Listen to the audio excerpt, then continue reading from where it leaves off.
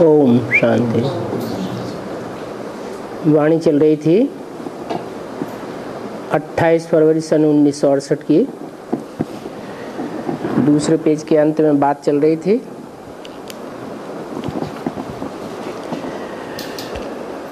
जो पूरा खुद ही नहीं समझा होगा तो औरों को क्या समझावेंगे।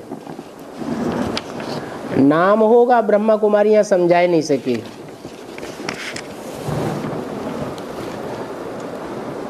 तो नुकसान कर देते हैं। इसलिए बाप कहते हैं जो समझते हैं कि हम नहीं समझा सकते हैं तो उनको बोलना चाहिए। हम अपनी बहन को कहते हैं वो आपको आकर के समझावेगी। 28 फरवरी 1968 की वाणी का तीसरा पेज। भारत पहले हीरे जैसा था और अभी वो हीरे जैसा भारत कौड़ी जैसा बन चुका है। बेगर भारत को फिर से सिरताज कौन बनावेंगे?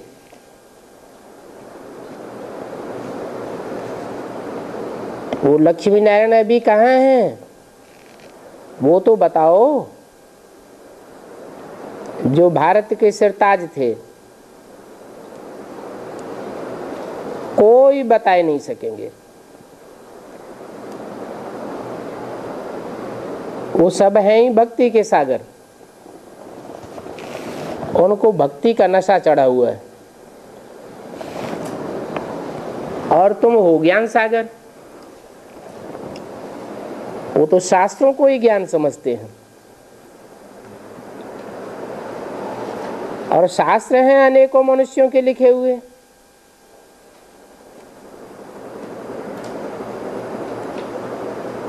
बाप कहते हैं इन शास्त्रों में भक्ति की रस्म रिवाज है।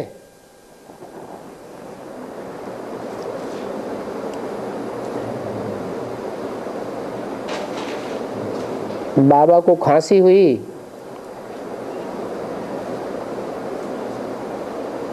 ये भी अभी निशानी है ना। अर्जुन हमारा कर्म भोग है, अर्जुन पुरुषार्थ करना है।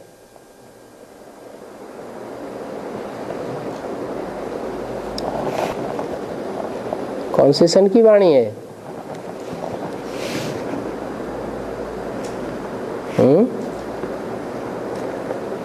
68 की। जबकि बाबा ने शरीर छोड़ा था तो बोला ये जो खांसी हुई ये भी निशानी है कि कर्म भोग रहा हुआ है, अर्जुन पुरुषार्थ करना है।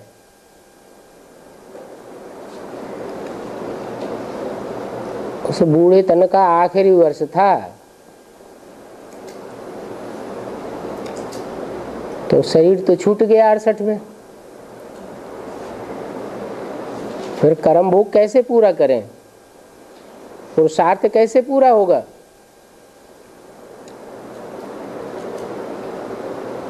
जितना यह जोर पड़ता जाएगा उतनी कशिश होगी।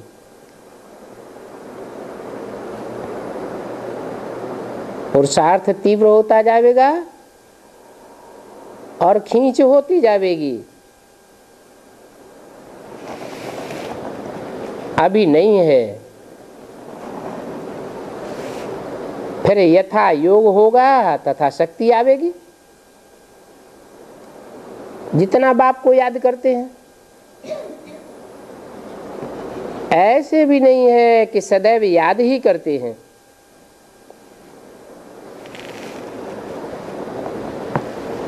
अगर सदैव याद करते रहें फिर तो ये शरीर ही न रहे।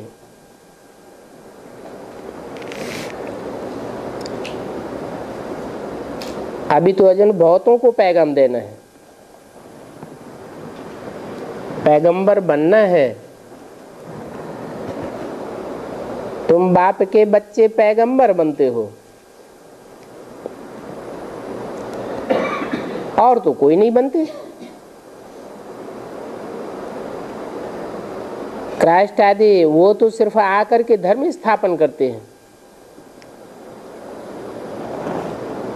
अपने अपने धर्म की धारणाएं सिखाते हैं। वो कोई खुदा का पैगाम नहीं देते हैं। कौन? धर्म पिता हैं। वो सिर्फ धर्म स्थापन करते हैं। तो उनको पैगंबर व मैसेंजर नहीं कहा जा सकता।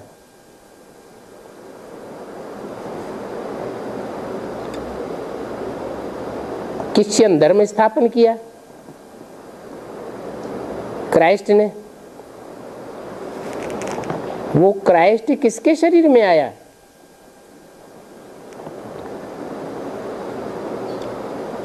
जीसस के शरीर में आया। फिर उसके पिछाड़ी दूसरे आते गए। जो भी क्रिश्चियन क्राइस्ट के फॉलोअर्स थे वो क्राइस्ट के पीछे आते गए।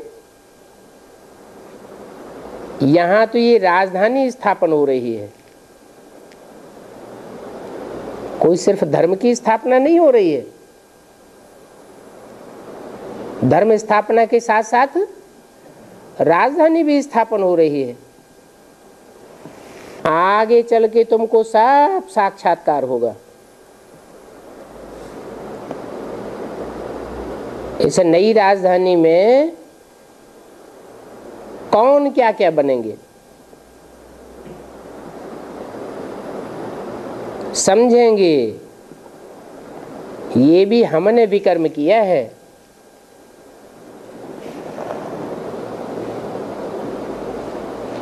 तो अपने नीचे पद का पता लग जाएगा। साक्षात्कार होने में कोई देरी नहीं लगती है। जब काशी करवट खाते हैं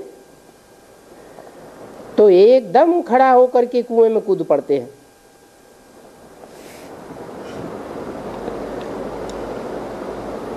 अभी गवर्नमेंट ने बंद कर दिया है।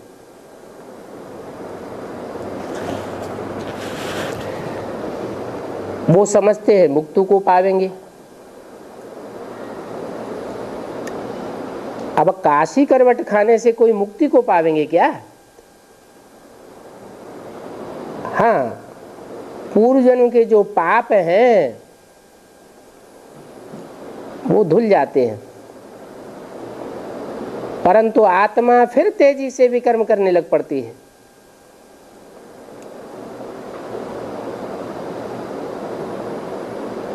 वो अनुभव करते हैं काशी करवट खाते समय कि थोड़े समय में जैसे सभी जन्मों का दंड मिल जाता है।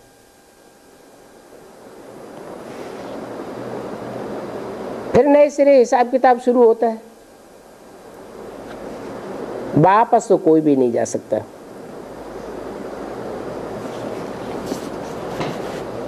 कहां जाकर के रहेंगे? परमधाम तो वापस कोई जा ही नहीं सकेगा। जाने का किसी को रास्ता ही नहीं मालूम।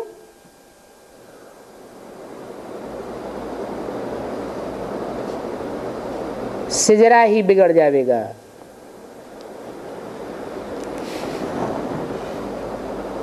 क्योंकि नंबरवार आते हैं फिर नंबरवार वापस जाते हैं।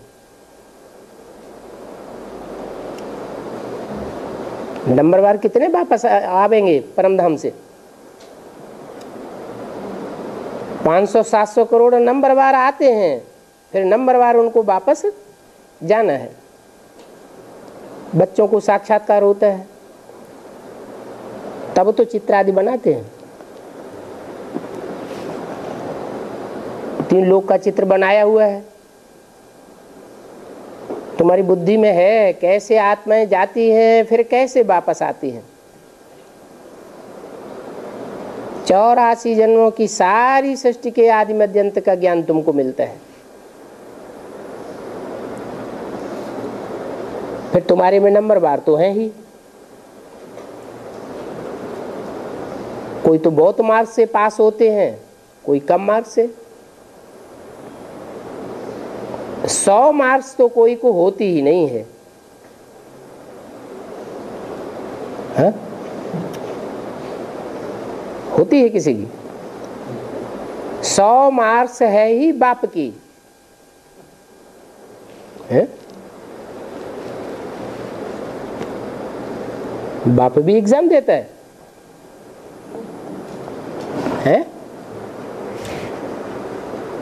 100 मार्क्स बाप की है क्या? बाप एग्जाम देता है? नहीं। बेहद के 2 बाप हैं, एक बिंदु बिंदु आत्माओं का बाप, वो एग्जाम नहीं देता, और एक है मनुष्य सृष्टि का बाप। उसके लिए बोला कि 100 मार्क्स तो हैं ही बाप की, ऐसा बाप समान तो कोई बन न सके जो 100 मार्क्स ले सके। आत्मा सभी कितनी छोटी बिंदी है, और मनुष्य देखो कितने बड़े हैं। एक न मिले दूसरे से। जितनी आत्माएं हैं उतनी ही आत्माएं फिर भी होंगी। इतनी छोटी छोटी आत्माएं सब जैसे बिंदी मिसल, परंतु उनका ये चैतन्य झाड़ किसी का एक से दूसरे का मिलता नहीं। जैसे जड़ बीज होते हैं, गेहूं के दाने होते हैं, एक बैग भरा हुआ है, सब एक जैसे दिखते हैं। फिर जब बोए जाते हैं धरनी में, तो एक का पौधा दूसरे पौधे से मिलता नहीं। आत्मा भी कितनी छोटी बिंदी है, एक न मिले दूसरे से।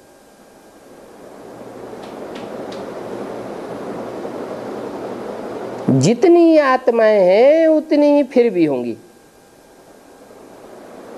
तब तो वहां घर में रहेंगी। तो ये भी ड्रामा बना हुआ है, इसमें कुछ भी फर्क नहीं हो सकता। एक बार जो शूटिंग हुई वो ही फिर देखेंगे। अभी बाबा बैठे हैं तो सन्मुख एक्सप्रेशन देखते हो,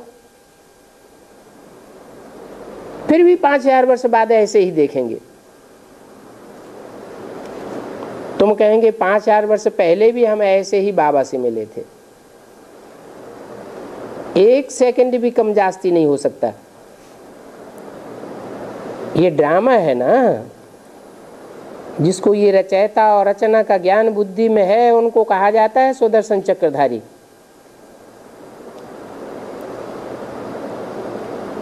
और ये सुदर्शन चक्र की नॉलेज बाप से ही मिलती है। मनुष्य तो मनुष्य को ज्ञान दे नहीं सकता।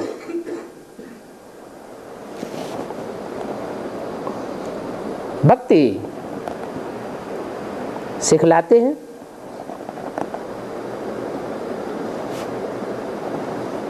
ज्ञान का सागर तो एक ही बाप है।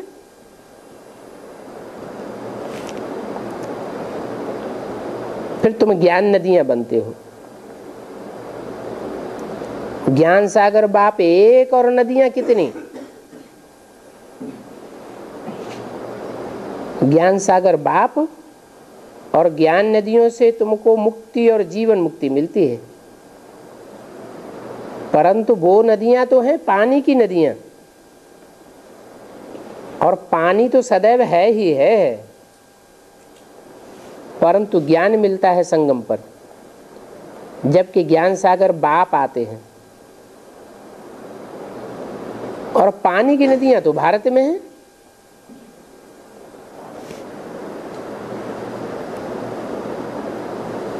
बाकी तो इतने सब शहर खत्म ही हो जाते हैं, और खंड रहते ही नहीं। भारत खंड ही अविनाशी है। तो भारतीय नदियों में स्नान करने जाते हैं या विदेशों की नदियों में स्नान करने जाते हैं? भारत की नदियों में स्नान करने जाते हैं, विदेश की नदियों में स्नान करने नहीं जाते हैं। क्यों? क्योंकि विदेश है विनाशी धर्मखंड, वहां बाप आते ही नहीं, और भारत में बाप आते हैं। बरसात तो विदेश में भी पड़ती होगी, भारत में भी बरसात होती है, पानी तो वही है। फिर वहां की नदियों में स्नान क्यों नहीं करते, भारत की नदियों में क्यों स्नान करने जाते हैं?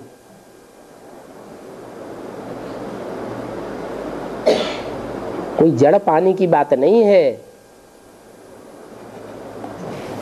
पानी तो जरूर पानी में जाकर के मिलेगा।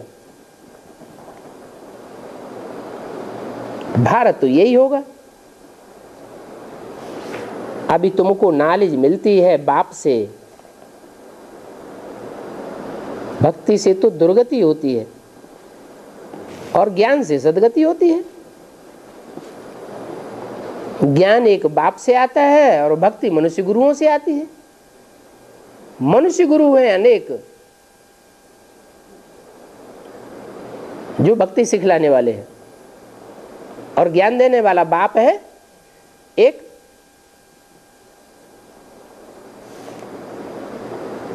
अभी 84 जन्म लेते लेते दुर्गति हो गई, अभी फिर सदगति कौन करे?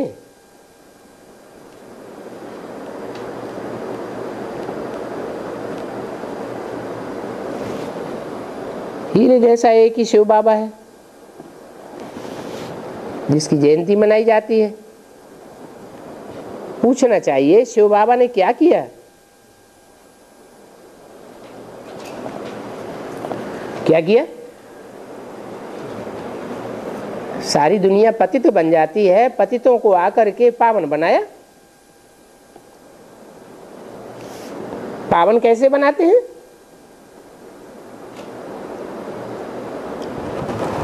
आकर के ज्ञान सुनाते हैं।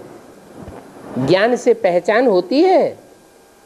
जब बाप की पहचान होती है तो बाप का संग का रंग लगता है और पतित आत्माएं पावन बनती हैं।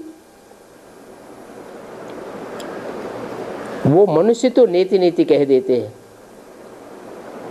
हम उस बाप के आदि मध्य अंत को नहीं जानते। अभी तुम तो जानते हो,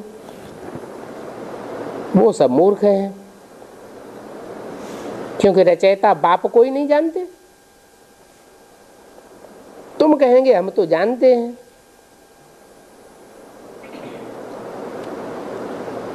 नहीं जानते हैं तो कहेंगे अधियारा। तब ही गाया जाता है ब्रह्मा का दिन और ब्रह्मा की रात। कैसे?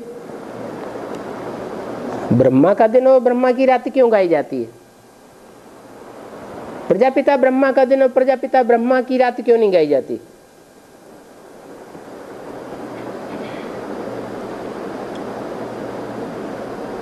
क्योंकि ब्रह्मा जब तक अंधेरे में है तो सारी दुनिया अंधेरे में रहती है।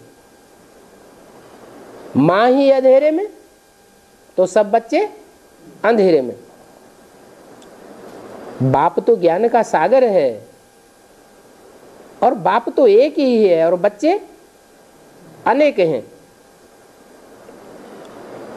तो प्रजापिता का दिन और रात नहीं गाई जाती है, दिन और रात ब्रह्मा की गाई जाती है। ब्रह्मा अंधेरे में है तो सब बच्चे अंधेरे में हैं।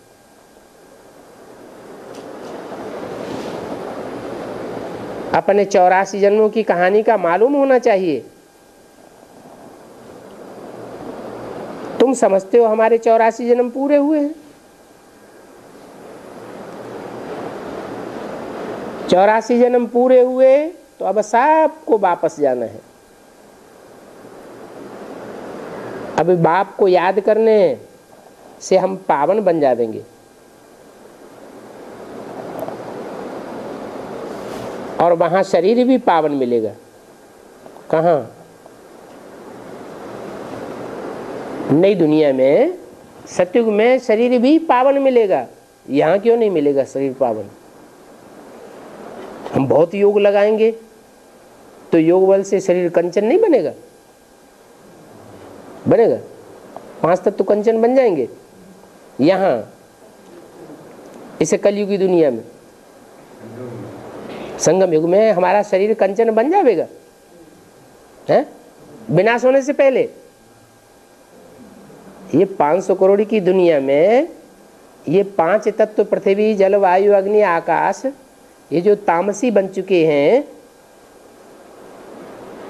ये विनाश होने से पहले सात्विक बन जाएंगे। अगर ये सात्विक नहीं बनेंगे तो जो बच्चों का जन्म होगा वो भी सात्विक नहीं होगा। सात्विक शरीर तो तब पैदा होंगे जब 5 तत्व भी सात्विक बन जाए। तो संगम युग में मन बुद्धि रूपी आत्मा पावन बनेगी या 5 तत्व पावन बनेंगे? हैं? मन बुद्धि रूपी आत्मा पावन बनेगी, और वो भी 500-700 करोड़ जो मनुष्य आत्माएं सब एक जैसी पावन बनेंगी, या थोड़ी सी आत्माएं पावन बनेंगी? थोड़ी सी आत्माएं पावन बनेंगी। तो मुट्ठ भर आत्माएं पावन बनेंगी और बाकी सब पतित की पतित ही है, पूरा पुरुषार्थ करेंगी नहीं। विनाश में धर्मराज के धक्के खाए डंडे खाएंगी, हाय हाय का वातावरण बन जाएगा। तो दुनिया के 5 तत्व और ही विकराल रूप धारण करेंगे, तामसी बनेंगे कि सात्विक बनेंगे? हैं? अरे वातावरण शांत होगा तभी तो 5 तत्व शांत बनेंगे। दुनिया का वातावरण तो बिगड़ता जाता है और बिगड़ता ही रहेगा जब तक सारी दुनिया का विनाश न हो। जो ढेर की ढेर पतित आत्माएं हैं उनके वाइब्रेशन पतित हैं या पावन वाइब्रेशन है? ढेर की ढेर पतित आत्माएं हैं इस सृष्टि पर, और पावन बनने वाली आत्माएं थोड़ी सी होंगी। तो जो पतित आत्माओं का ढेर वाइब्रेशन खराब हुआ पड़ा है, उससे ये सृष्टि और ही तामसी बनेगी कि सात्विक बनेगी? है सात्विक बनेगी, क्योंकि दुनिया में पतित आत्माएं ज्यादा हैं, वो पावन तो बनने वाली है नहीं। तो उनके वाइब्रेशन खराब होंगे या अच्छे होंगे?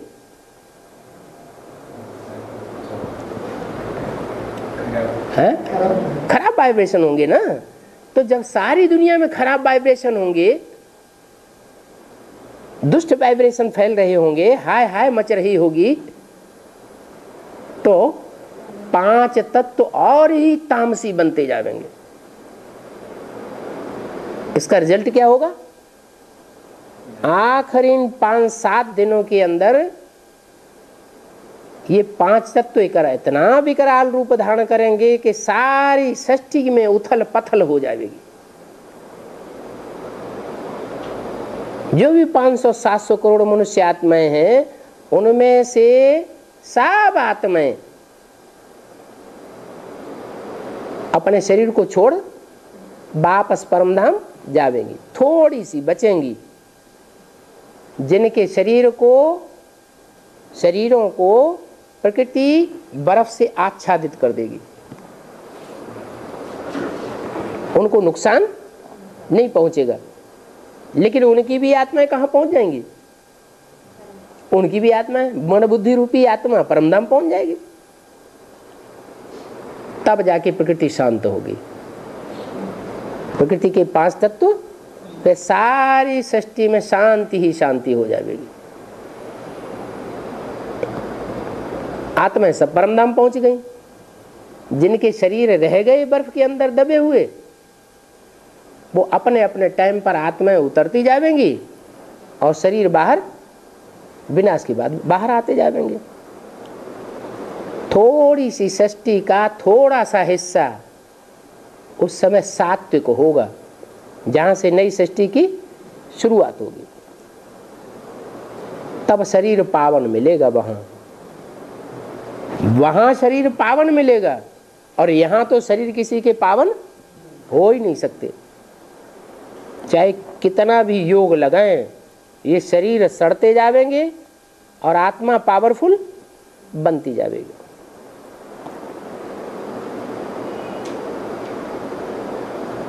तुम आत्मा ही नंबर 1 पावन और तुम आत्मा ही नंबर 1 पतित बनती हो। तुम मानो जो परमात्मा बाप के सन्मुख बैठ पड़ती है, यह आत्मा नहीं, यह माने कौन? ब्रह्मा बाबा। यह ब्रह्मा को फॉलो करने वाली और भी जो आत्माएं हैं वो पावन नहीं बनेंगी शरीर रहते, लेकिन तुम आत्माएं पावन बन जाएंगी तो प्रकृति तुम्हारी सुरक्षा करेगी, तन की भी सुरक्षा करेगी और मन बुद्धि रूपी आत्मा की भी सुरक्षा होगी। तो मुख्य बात याद की है। कई को तो याद करना ही नहीं आता है। अपन को आत्मा समझ बाप को कैसे याद करें? है?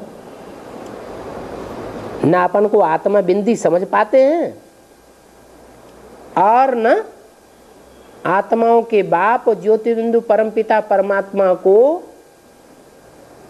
आए हुए मुकर्रर रथ में पहचान पाते हैं। न पहचान पाते हैं तो याद भी नहीं कर पाते। ब्रह्मा को याद करेंगे, अपने अपने धर्मपिताओं को याद करेंगे जिनको फॉलो किया है, लेकिन बाप की याद नहीं आती। तो तुम बच्चे ही हो जो बाप की याद करने से स्वर्ग में आते हो। क्यों? तुम बच्चों में ऐसी क्या सिफ्त आ जाती है जो तुम स्वर्ग में जाते हो और वह चंद्रवंशी, इस्लाम वंशी, बौद्ध वंशी, क्रिश्चियन वंशी और धर्म की जो भी आत्माएं हैं जो दूसरों से प्रभावित हो जाती हैं, कन्वर्ट हो जाती हैं, वो स्वर्ग में नहीं आवेंगी। क्या खासियत है तुम्हारे में कि स्व स्थिति में जो सदैव रहने वाला बाप है, 100% याद की स्टेज पकड़ने वाला बाप है, उसको तुम पहचान लेते हो। दो बाप है ना, एक आत्माओं का बाप और एक मनुष्य शरीरों का बाप। तो जो मनुष्य शरीरों का बाप है वो बाप 100% बाप की याद में स्थिर हो जाता, मना बाप समान बन जाता। इसलिए एक ही है जिसका नाम शिव बिंदु के साथ जोड़ा जाता है। 33 करोड़ देवताओं में से और एक भी बिंदु रूप आत्मा पार्टधारी ऐसी नहीं है जो बाप के साथ जिसका नाम जोड़ा जाता हो। कौन है? शंकर है।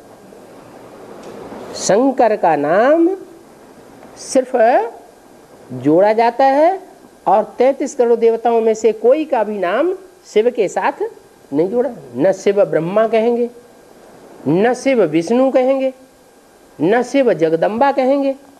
क्या कहेंगे? शिव शंकर भोलेनाथ।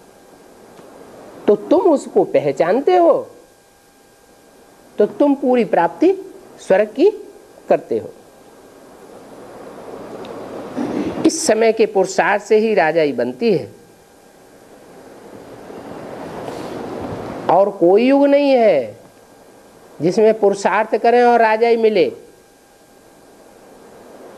सिर्फ ये संगम युग का ही समय है जिसमें हम पुरुषार्थ अर्थात आत्मा के लिए ऐसा प्रयत्न करते हैं जिससे हमें जन्म जन्मांतर की राजाई मिलती है। अच्छा, मीठे मीठे बच्चों को बाप दादा का याद प्यार गुड मॉर्निंग।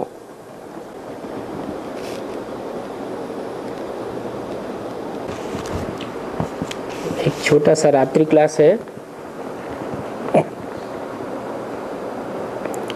28 फरवरी 1968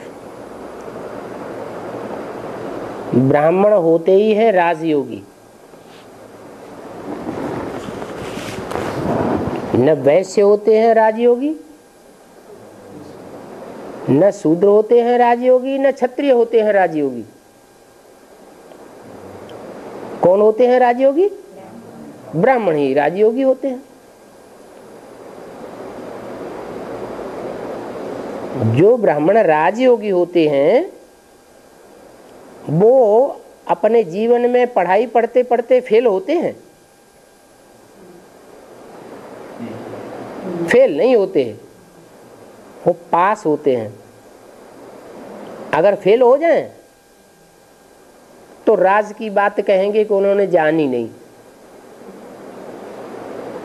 कि भगवान बाप कैसे आकर के वो राज की बातें बताते हैं जिससे हम जन्म जन्मांतर की राजाई प्राप्त करते हैं। ये ब्राह्मणों का कुल है ना? क्या ब्राह्मणों का कुल कब कहा जाए? कब बनता है ब्राह्मणों का कुल? और कोई युग में ब्राह्मणों का कुल नहीं बनता, क्योंकि ना वहां ब्रह्मा होता है ना कोई ब्राह्मण होता है।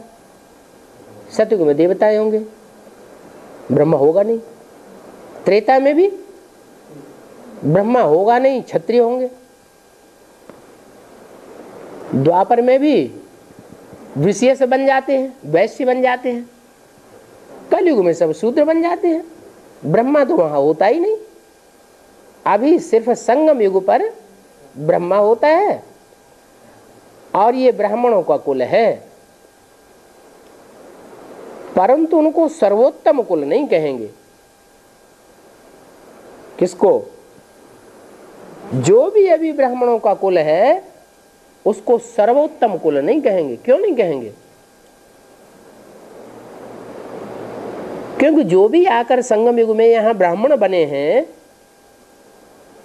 वो सभी धर्मों से कन्वर्ट होने वाली आत्माएं ही तो आकर के यहां ब्राह्मण बनी है।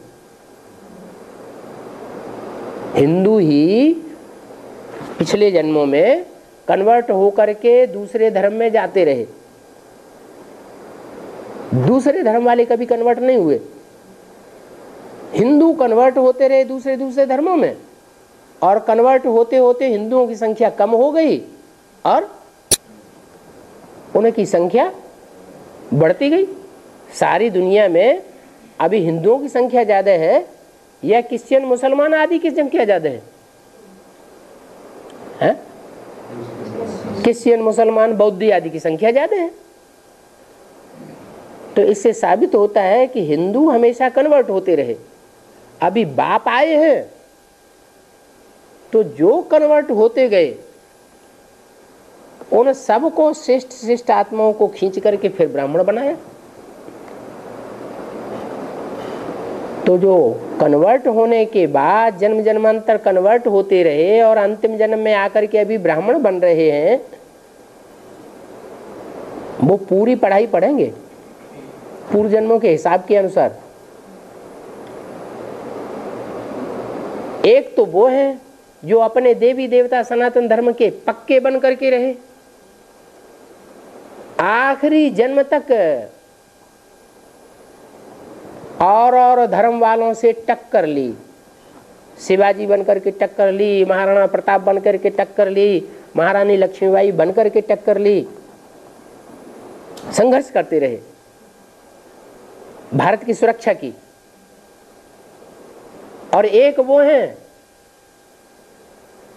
जिन्होंने भारत की सुरक्षा तो दूर रही और ही भारत का नाम बदनाम कर दिया।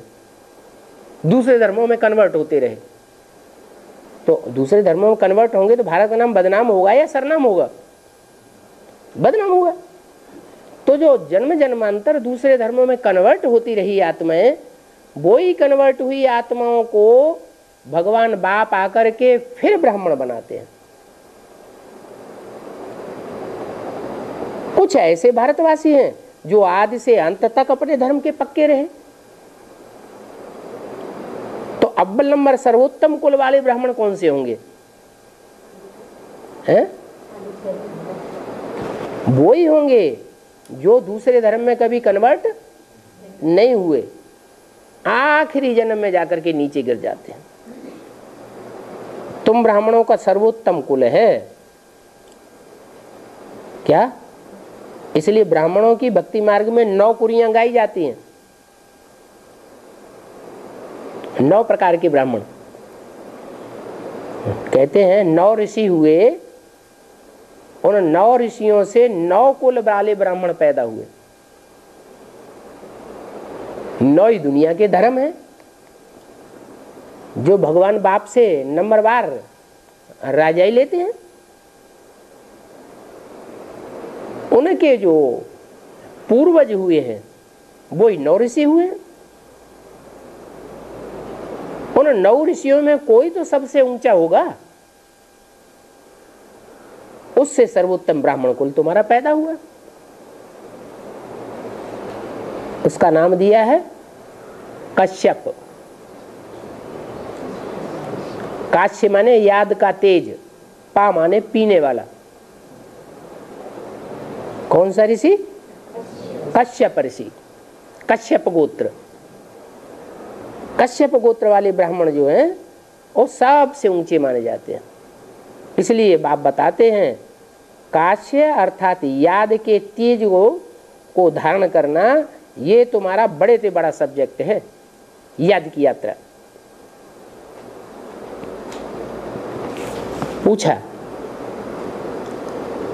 कैलाश बताओ तुमको कितने बाप हैं?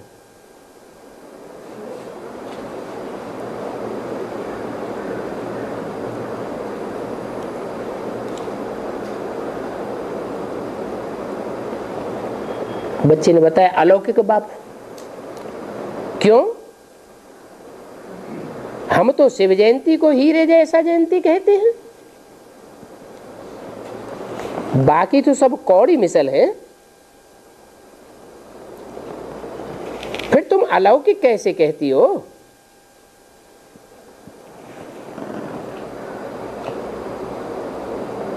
अलौकिक बाप सबसे अच्छा कैसे हुआ?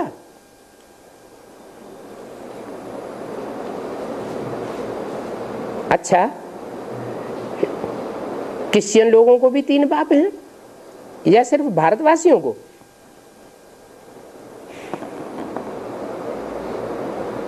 हाँ? जो क्रिश्चियन धर्म में कन्वर्ट हो गए हैं तो उनको भी 3 बाप, पारलौकिक बाप, अलौकिक ब्रह्मा बाप और पारलौकिक बाप, अलौकिक ब्रह्मा बाप और जिसे जन्म लिया वो शरीरधारी बाप। परंतु सब पहचानते नहीं हैं। और धर्म के लोग बाप को पूरा पूरा पहचानते नहीं हैं। जैसे भगवान कहते हैं वैसे उनकी बायोग्राफी को जानते नहीं हैं। क्रिश्चियन भी एडम ईव को मानते हैं,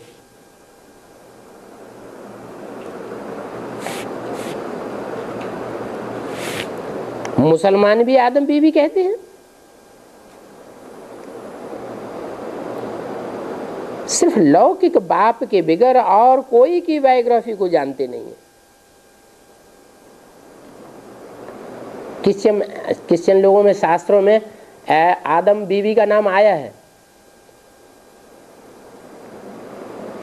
मुसलमानों में आदम बीवी का नाम और क्रिश्चियंस में एडम ईव का नाम आया है, लेकिन नाम है, सिर्फ उनकी बायोग्राफी को कुछ भी जानते नहीं, बताते नहीं।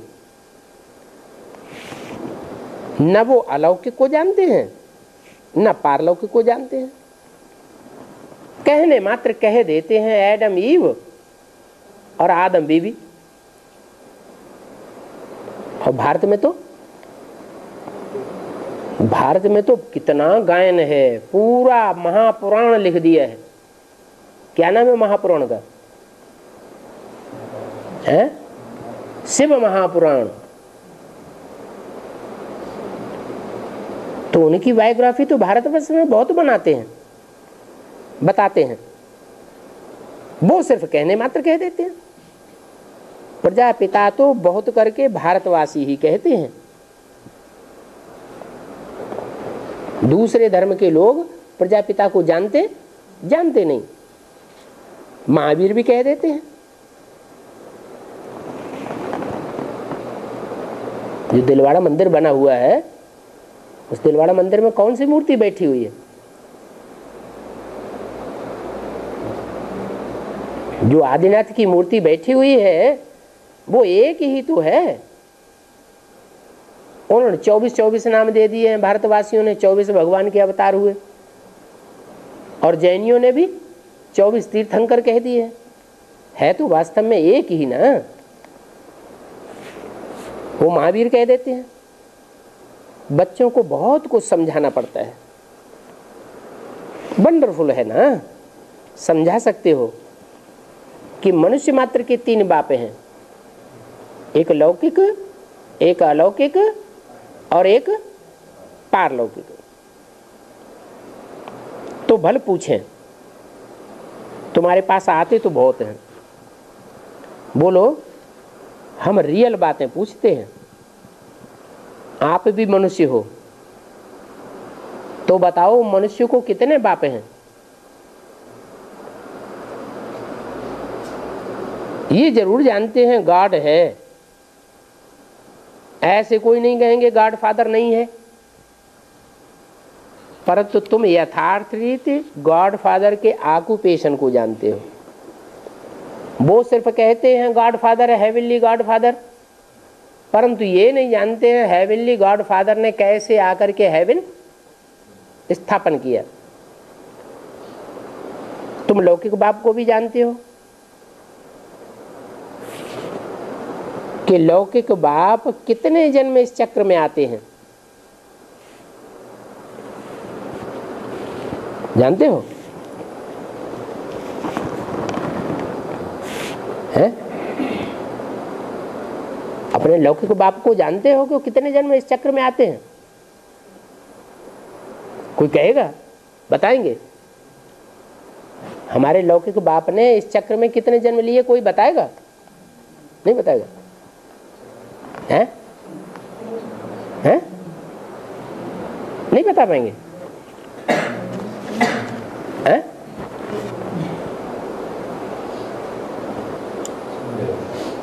जिसको हम लौकिक कहते हैं वो देह का बाप को हम लौकिक कहने लगे। लेकिन अभी तो हम ब्रह्मा के बच्चे बन गए ना, तो हमारा नया जन्म हो गया कि पुराना ही जन्म है? हैं? नया जन्म है। तो नया जन्म होने की वजह से हम देह के भाव को भूल जाना चाहिए ना। कौन सा बाप याद रहना चाहिए? हैं? अलौकिक बाप याद रहे, पारलौकिक बाप याद रहे, और इस लोक में जो सदैव बाप मनुष्यों का बनता है वो याद रहना चाहिए। इस लोक में, इस दुनिया में जो सदैव बाप इस सृष्टि पर रहता है वो कौन है? प्रजापिता। तो वो हमारा लौकिक बाप हुआ। प्रजापिता को पारलौकिक बाप नहीं कहेंगे, अलौकिक सूक्ष्म वतनवासी बाप भी नहीं कहेंगे। क्या कहेंगे? वो हमारा लौकिक बाप है, जन्म जन्मांतर का लौकिक बाप है। हमसे कोई पूछे कि तुम्हारा ये बेहद का लौकिक बाप के कितने जन्म होते हैं, तो कितना बताएंगे? 84 जन्म होते हैं। तो पूछा तुम लौकिक बाप को भी जानते हो, कितने जन्म इस चक्र में आते हैं तुम बता सकते हो? और धर्म वाले बता ही नहीं सकेंगे। देवताओं को वहां प्रजापिता ब्रह्मा का पता ही नहीं रहता। तुम ब्राह्मण हो, असली ब्राह्मण तुम बने हो, तो तुम लौकिक बाप के 84 जन्मों का चक्र का हिसाब जानते हो। न देवताएं जानते हैं, न क्षत्रिय जानते हैं, न वैश्य जानते हैं, न शूद्र जानते हैं। इस दुनिया में कोई नहीं जानते, और तुम अपने लौकिक बाप के 84 जन्मों का हिसाब किताब जानते हो। देवताओं को तो प्रजापिता ब्रह्मा का पता नहीं रहता, विचार करना पड़ता है। किसको कितने बाप हैं?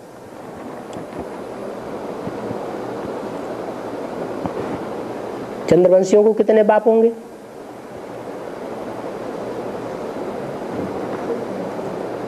जो फेल हो जाते हैं, फेलियर हो जाते हैं इस जन्म में, प्राप्ति पढ़ाई की पूरी नहीं कर पाते हैं, उनको पूरे 84 बाप होंगे या कोई कम हो जाएंगे? कम से कम एक बाप तो जरूर कम हो जाएगा। त्रेता में अगर जन्म लेंगे तो त्रेता में जन्म लेने वाले जो त्रेता में आत्माएं ऊपर से आएंगी, उनके 8 जन्म कम हो जाएंगे। कम से कम 8 जन्म तो जरूर कम होंगे।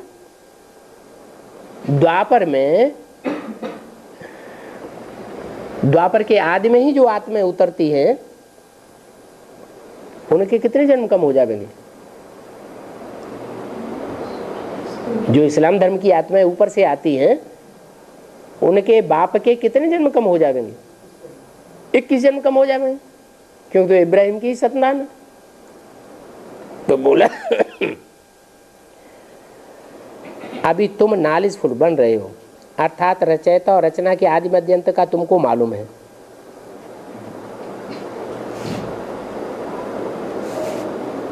इसलिए बोर्ड में लिखते हो, जो रचयिता और रचना के आदि मध्यंत को नहीं जानते हैं वो इडियट हैं।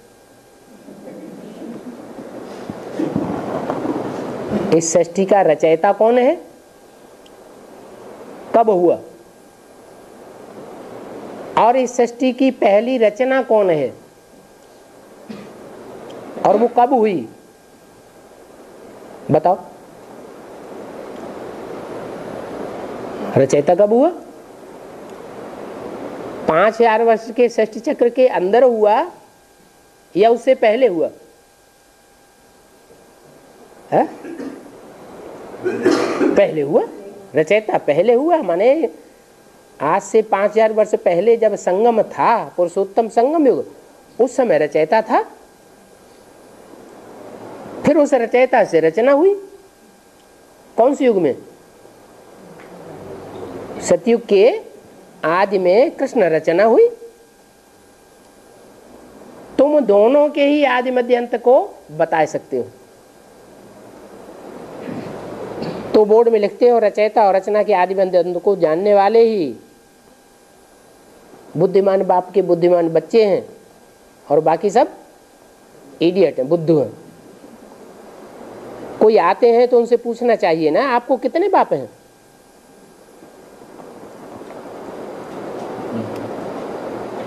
पहले तो उनसे ये बताना पड़े कि तुम कौन हो। कोई बतावेंगे, कोई नहीं बतावेंगे। तो उनको पहचान देनी पड़े कि तुम शरीर नहीं हो, तुम आत्मा हो। शरीर का बाप अलग और आत्मा का बाप अलग। तो शरीर का बाप तो वो बतावेंगे जिसने इस शरीर को जन्म दिया। आत्मा का बाप तो बताना पड़ेगा कि आत्मा का बाप परमपिता परमात्मा है। और तीसरा बाप, वो आत्माओं का बाप जब इस सृष्टि पर आता है तो 2 विशेष आत्माओं को चुनता है।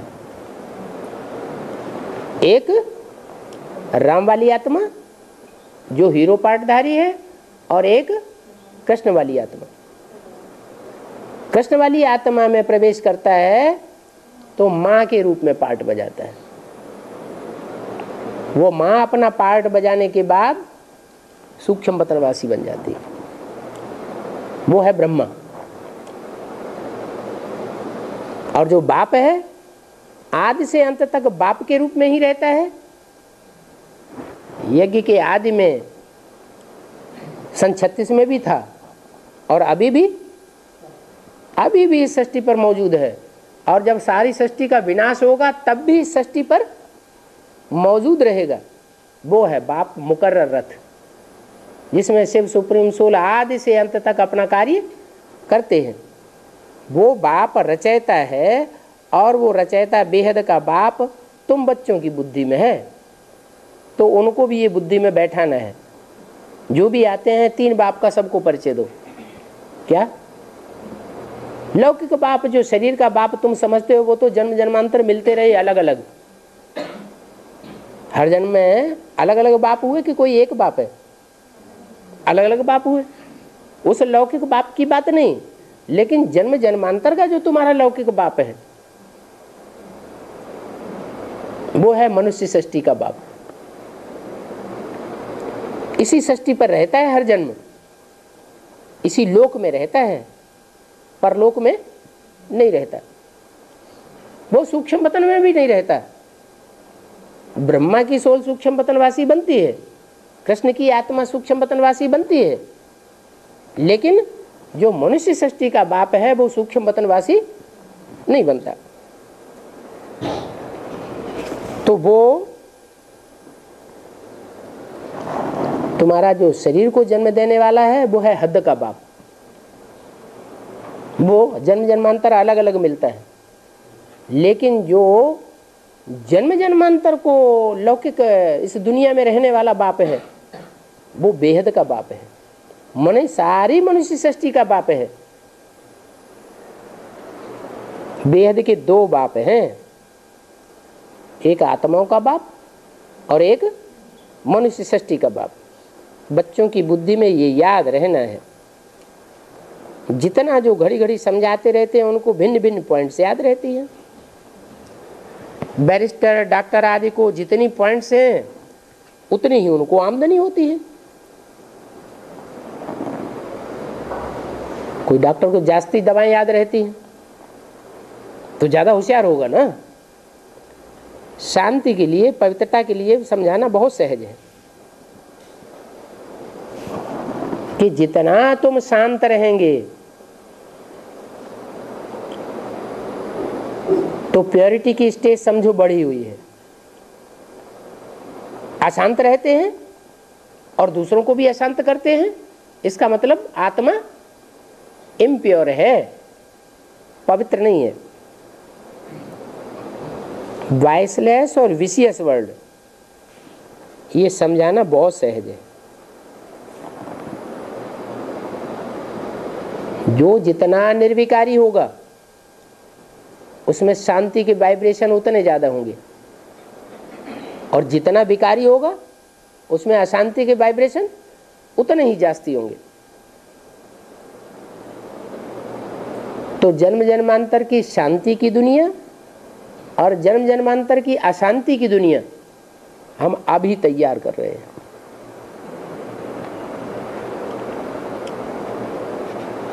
और सुख शांति की दुनिया हम अपने कर्मों से अपने आप ही बनाते हैं। इसलिए कहते हैं आत्मा अपना शत्रु है, आत्मा अपना मित्र है। अभी बाप जो हमको ज्ञान सुनाते हैं उस ज्ञान को जीवन में अगर हम धारण करें सही तरीके से और मनुष्यों की मत पर और मन मत पर न चलें तो जन्म जन्मांतर के लिए हमारी सुख शांति के वाइब्रेशन की दुनिया अभी बन रही है। हर आदमी जो मन में संकल्प पैदा करता है वो संकल्पों का वाइब्रेशन बनता रहता है। आत्मा के चारों ओर वो वातावरण बन जाता है। वो वातावरण जो है वो ही जन्म जन्मांतर का हमारा फाउंडेशन है। तो सतयुग में है पवित्र देवताएं, उन देवताओं का वातावरण, उनका वायुमंडल कितना श्रेष्ठ था। उन्होंने ये शुद्ध वायुमंडल कैसे बनाया? संगम युग में योग बल से बनाया। योग बल किसको कहा जाता है इसको तुम ही जानते हो। तो बहुत बातें हैं समझाने की। पुरुषार्थ बगैर भी तुम रह नहीं सकते हो क्या? क्यों नहीं रह सकते? आत्मा तो अजरामय अविनाशी है। हम अगर ये पुरुषार्थ छोड़ दें,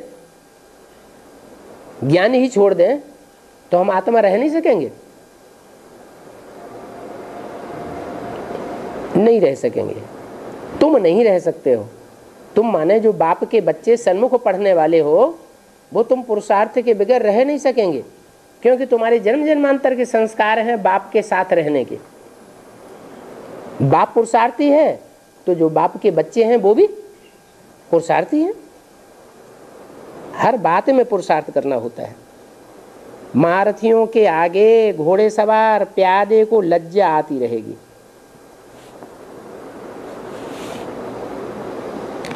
क्लास में सब एक समान तो नहीं पढ़ेंगे। अभी तुम पढ़ते हो भविष्य नई दुनिया के लिए। क्या तुम जो पढ़ाई पढ़ते हो उस पढ़ाई की प्रारब्ध है, तुम यहाँ नहीं चाहते, कहाँ चाहते हो? भविष्य की दुनिया के लिए तुमको पढ़ाई की प्रारब्ध मिलेगी। अगर कोई ये इच्छा रखता है कि हम पढ़ाई यहाँ पढ़ रहे हैं और यहाँ हम पढ़ाई दूसरों को पढ़ा रहे हैं, उसकी प्रारब्ध हमको यहीं मिल जाए, तो स्वार्थ के लिए पढ़ रहा है या पुरुषार्थ के लिए पढ़ रहा है? नहीं, स्वरथ, रथ माना शरीर, शरीर तो इसी दुनिया में रहेगा, इस रथ की प्राप्ति के लिए पढ़ रहा है।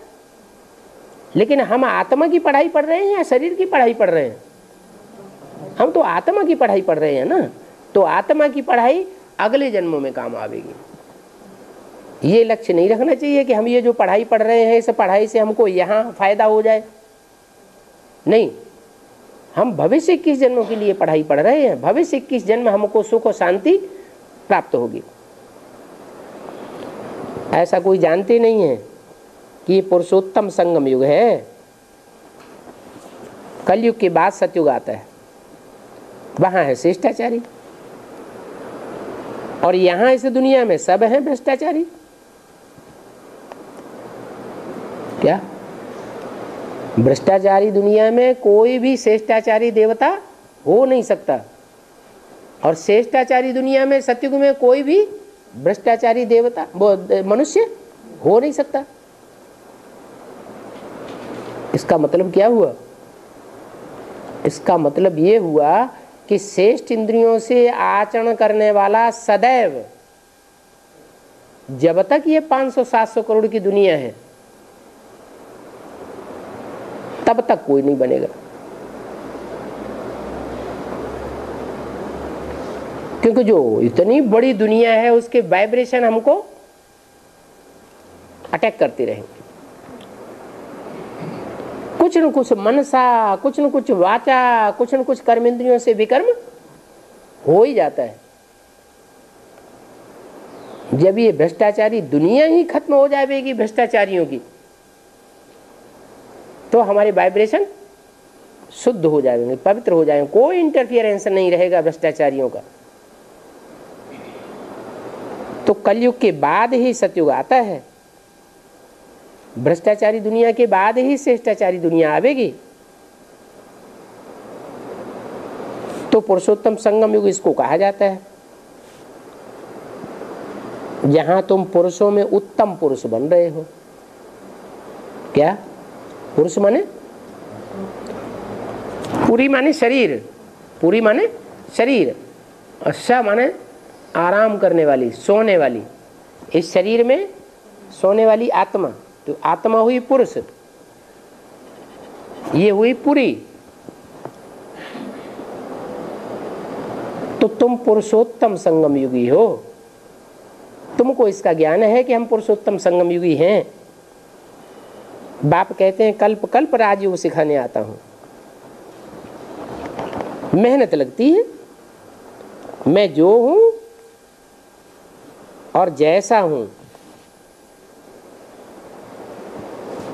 कोई जानते नहीं है। तो रियलाइजेशन कौन करावे? क्या मैं जो हूं जैसा हूं कोई जानता ही नहीं है, तो रियलाइजेशन कौन करावेगा? मैं ही आकर के रियलाइजेशन कराता हूं। परमात्मा का रियलाइजेशन परमात्मा ही कराते हैं। कितना आत्मा में पार्ट भरा हुआ है छोटी सी चीज में, ये बड़ी वंडरफुल बात है।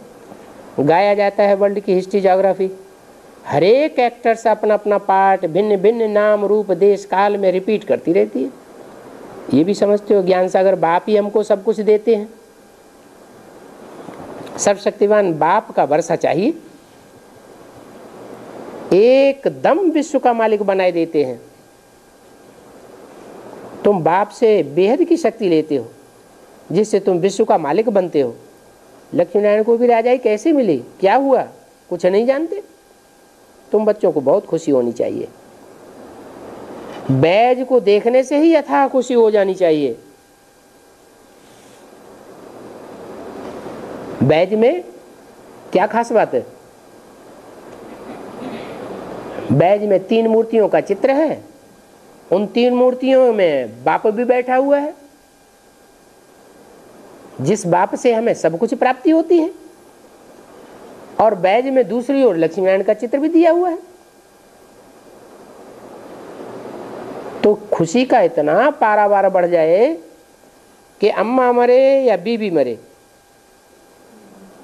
फिक्र की बात नहीं। सिर्फ देवताओं के फिक्र से फारिग हो न सके,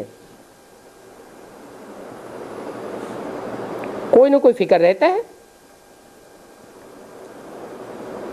वहां फिक्र की बात नहीं।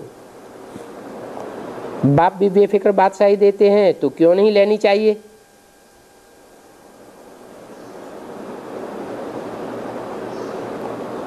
माया के बिघन पड़ते हैं। सभी स्टूडेंट को ये खुशी होनी चाहिए, हम बाप दादा के बच्चे हैं, बाप दादा से ऊंच कोई भी नहीं है। अभी भक्ति से ट्रांसफर होकर के ज्ञान में आ जाना है, इसके लिए मेहनत है। बाप ने समझाया भी है, कर्मातीत अवस्था को कब पावेंगे?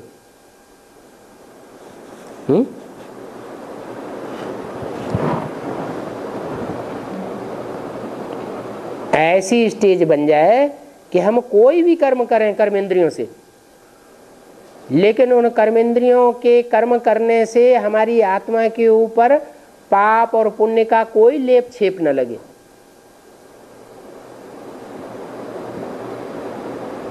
जो गीता में कहा हुआ है, जो आत्मनिष्ठ है, आत्मिक स्थिति में पूरा स्थित रहने वाली आत्मा है, वो सारे संसार का विनाश कर दे तो भी उसके ऊपर कोई पाप नहीं लगेगा। ऐसी डिटैच होने वाली स्थिति चाहिए, देह अलग और आत्मा अलग महसूस हो, वो आसार दिखाई पड़ेंगे। अभी सभी को मैसेज ही कहाँ मिला है? अच्छा, रूहानी बच्चों को रूहानी बाप दादा का याद प्यार, गुड नाइट, नमस्ते।